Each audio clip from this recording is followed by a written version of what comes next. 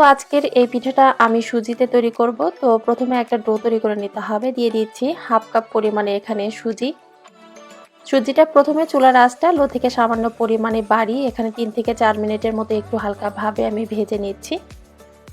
ভাজার পর এখন দিয়ে দিচ্ছি তরল দুধ 1 কাপ।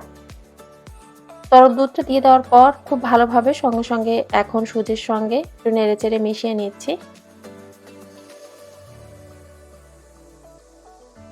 তো চুলার আঁচটা মিডিয়াম লোতে রেখে একটু সময় নিয়ে অনবরত নেড়েচেড়ে এখানে পুলি পিঠার জন্য সুজির ডোটা আমার তৈরি করে নিতে হবে। ডোটা আমার তৈরি করা হয়ে গিয়েছে, তবে এটা আমি চুলা থেকে এখন নামাবো না। লো আঁচে একটা ঢাকনা দিয়ে ঢেকে জাস্ট 5 মিনিটের জন্য চুলার উপরে একটু দমে রেখে দিব। তো 5 মিনিট এটা চুলার উপরে লো আঁচে দমে রাখার পর ডোটা আমার তৈরি করা হয়ে গিয়েছে। এরপর চলে যাচ্ছি পুলি পিঠার জন্য পুরটা তৈরি করতে। আর পুরটা তৈরি করে নেওয়ার জন্য একটা প্যানের ভেতরে দিয়ে দিচ্ছি 1.5 কাপের মতো কোরানো নারিকেল। তারপর দিয়ে দিচ্ছি এখানে খেজুরের গুড়, প্রায় হাফ কাপের মতো এখানে আছে।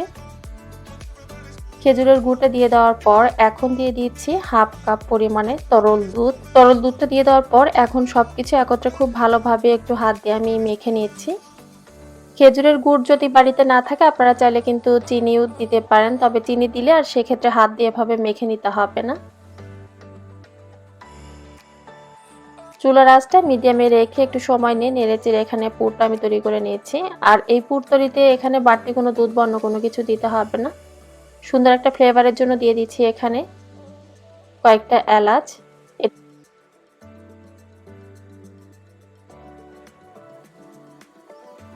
আস্তে আস্তে কিন্তু কালারটা চেঞ্জ হতে শুরু করছে। তো এই পর্যায়ে দিয়ে দিচ্ছি এখানে 1/4 কাপের মতো গুঁড়ো দুধ। আর গুঁড়ো দুধটা আমি একবারে না দিয়ে দুবার করে দিয়ে একটু নেড়েচেড়ে একত্রে ভালোভাবে সবকিছু মিশিয়ে নিচ্ছি। শেষের দিকে এই গুঁড়ো দুধটা দিলে পরে পুরের যে একটা মাখা মাখা ভাব সেটা চলে আসবে, মানে এই পুরটা অত বেশি ঝরঝরে হবে না ঠান্ডা হয়ে যাওয়ার পর, এবং খেতে অনেক বেশি ভালো লাগবে। তো পুরটা আমার তৈরি করা হয়ে গিয়েছে, আমি এর থেকে আর বেশি ড্রাই করব না। তো এখন এই পুরটা আমি চুলা থেকে নামিয়ে সাইডে রেখে দিব ঠান্ডা হওয়ার জন্য। তারপর যে সুজি দিয়ে ডোটা তৈরি করে নিয়েছিলাম, এরই মাঝে ডোটা একটু ঠান্ডা হয়ে এসেছে। হাতে সামান্য পরিমাণ ঘি দিয়ে এখন এই ডোটাকে একটু নেড়েচেড়ে খুব ভালোভাবে একটা সফট ডোয়ে পরিণত করতে হবে, মানে ডোয়ে আকারে এটা তৈরি করে নিতে হবে। তো ডোটা কিছুক্ষণ সময় নিয়ে খুব ভালোভাবে হাত দিয়ে মথে নিয়েছি। এখন অল্প অল্প করে লেচি কেটে 2 হাতের তালু দিয়ে একটা বলের মতো করে তৈরি করে নিচ্ছি। তারপর আপনাদেরকে আমি দেখিয়ে দিচ্ছি পুলি পিঠাটা আমি ঠিক কিভাবে তৈরি করছি।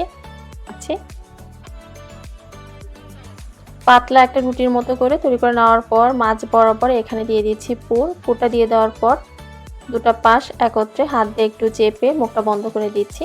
এভাবে তৈরি করা যাবে, আবার কেউ চাইলে একটু সুন্দর করে এইভাবে হাত দিয়ে এটার সাজ কেটেও তৈরি করে নিতে পারেন, মানে পুলি পিঠা আসলে যেভাবে তৈরি করা হয় ট্র্যাডিশনালি।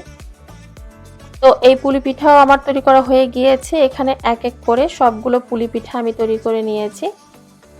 আর এখানে সবগুলো পুলি পিঠা এখানে কিন্তু আমি হাফ কাপ সুজি দিয়ে তৈরি করেছি। আসলে পিঠার সাইজটা এখানে ছোট হওয়ার কারণে অনেকগুলো পুলি পিঠা এখানে তৈরি করা হয়েছে। তবে দুধ পুলিটা কিন্তু সাধারণত একটু ছোট করে তৈরি করলে খেতেও ভালো লাগে এবং দেখতে অনেক বেশি ভালো লাগে। এখন চলে যাচ্ছি মূল রেসিপিতে, মানে পুলি পিঠাটা দুধের শিরায় ডোবানোর জন্য শিরাটা তৈরি করতে।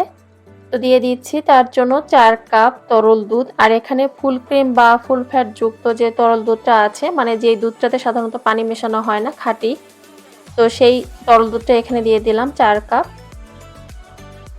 এরপর দিয়ে দিচ্ছি সুন্দর একটা ফ্লেভারের জন্য 2টা এলাচ, 2টা দারুচিনি। এখন চুলার আঁচটা মিডিয়াম থেকে বাড়িয়ে প্রায় 4 থেকে 5 মিনিটের মতো একটু জাল করে নিব। আর জাল করার সময় একটু খেয়াল রাখবেন যেন পুড়ে না যায়, কারণ পোড়া লাগলে কিন্তু খেতে ভালো লাগবে না দুধ পুলিটা। কিছুক্ষণ চুলার আঁচটা বাড়িয়ে দুধটাকে জাল করে নেওয়ার পর এখন দিয়ে দিচ্ছি খেজুরের গুড়। আর এখানে আমি খেজুরের গুড় দিয়েছি হাফ কাপ, তবে সম্পূর্ণ খেজুরের গুড়টা আসলে দেওয়ার সময় আমি ভুলে গিয়েছি এটা, মানে ভিডিও করতে। তো যাই হোক, এখানে খেজুরের গুড় আমি দিয়েছি হাফ কাপ। তারপরে এখানে চিনি দিচ্ছি আরও কিছুটা স্বাদ মতো। আপনারা চাইলে এখানে সম্পূর্ণ শিরাটা খেজুরের গুড় দিয়েও তৈরি করতে পারেন, আবার কারো কাছে যদি খেজুরের গুড় না থাকে সেক্ষেত্রে আপনারা চাইলে এখানে চিনি দিয়েও তৈরি করতে পারেন। তবে আমার কাছে খেজুরের গুড়টা একটু কম ছিল জন্য চিনি এবং খেজুরের গুড় দুটো দিয়ে তৈরি করছি। চিনি খেজুরের গুড় দিয়ে দেওয়ার পর আরও 5 মিনিটের মতো আমি জাল করে নিয়েছি। তো দুধটা যখন খুব ভালোভাবে ফুটে এসেছে সেই পর্যায়ে দিয়ে দিচ্ছি এক এক করে আগে থেকে তৈরি করে রাখা পুলি পিঠা। পুলি পিঠাগুলো দিয়ে দেওয়ার পর চুলার আঁচটা বাড়িয়ে প্রায় 10 মিনিটের মতো এটা আমি একটু জাল করে নিব। চুলার আঁচটা মানে মিডিয়ামে থাকবে। আর পিঠাটা দিয়ে দেওয়ার পর কিন্তু খুব বেশি নাড়াচাড়া করা যাবে না, জাস্ট আলতোভাবে একটু নেড়েচেড়ে দিতে হবে, যেহেতু দুধটা এই পর্যায়ে একটু ঘন হয়ে আসে, খুব সহজে এটা আবার পোড়া লাগতে পারে সেই জন্য। আর যখন দেখবেন যে পুলি পিঠাটা দুধের ওপরে সম্পূর্ণরূপে ভেসে উঠেছে, মানে পিঠাটা হয়ে যাওয়ার পর এইটা হবে, মানে এটা বোঝার একমাত্র উপায় হচ্ছে যে পিঠাটা ভালোভাবে সেদ্ধ হয়ে গিয়েছে। তো পিঠাটা আমার হয়ে গিয়েছে। আমি এর গ্রেভিটা আর এর থেকে বেশি পাতলা করব না, কারণ দুধ পুলির এই যে গ্রেভিটা আছে মানে শিরাটা, এটা কিন্তু ঠান্ডা হয়ে যাওয়ার পর আরও একটু টেনে যাবে। তো সেই হিসেবে এটা চুলা থেকে একটু পাতলা থাকতে নামিয়ে নিতে হবে। আর দেখুন প্রত্যেকটা পিঠাই কিন্তু এখানে একই রকম আছে, মানে কোনো পিঠা একদম ফেটে গিয়ে যে ভেতরে পুরটা বের হয়ে গিয়েছে তেমনটা কিন্তু নয়।